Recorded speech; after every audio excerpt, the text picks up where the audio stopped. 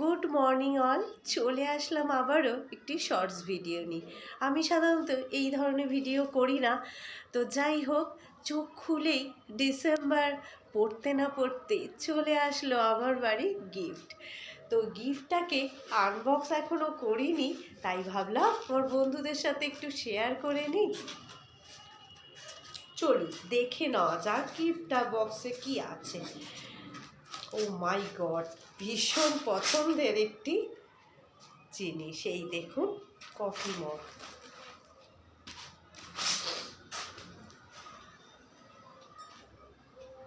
দুটো coffee mug, উফ ভীষণ সুন্দর, সত্যিই খুব পছন্দের। এখনো কিন্তু শেষ হয়নি। With tray, very nice. তো বুঝতেই পাচ্ছেন যে আমরা যারা গৃহিণী তাদের কিন্তু সংসারের জিনিসের প্রতি বেশি অ্যাট্রাকশান নিজের জামা কাপড়ের থেকে, তাই কি না বলুন? আমার বন্ধুদেরও নিশ্চয়ই এমনটাই স্বভাব।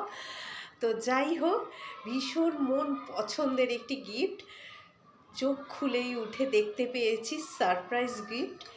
আর সত্যি ডিসেম্বর পড়তে না পড়তে এত সুন্দর একটি মন পছন্দের গিফট আমি কি করে না শেয়ার করে পারি আমার বন্ধুদের সাথে। আর সত্যি কথা বলতে কি, আমি ভীষণই গুণী। কেন নিজের প্রশংসা করছি জানতে পারেন? আসলে হাতে পায়ে লক্ষ্মী যেটাকে বলা হয়ে থাকে আগেকার ভাষা, দিদা দাদুদের আমলে, মানে আমার হাতে ভীষণ ভাঙে করে।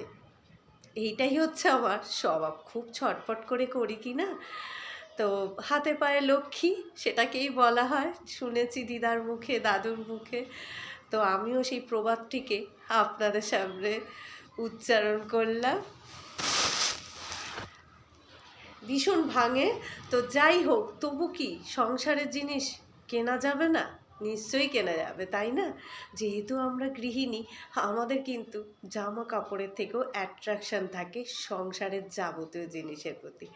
যাই হোক, কেমন লাগলো আমার এই আনবক্সিং গিফটটি জানাবেন কিন্তু।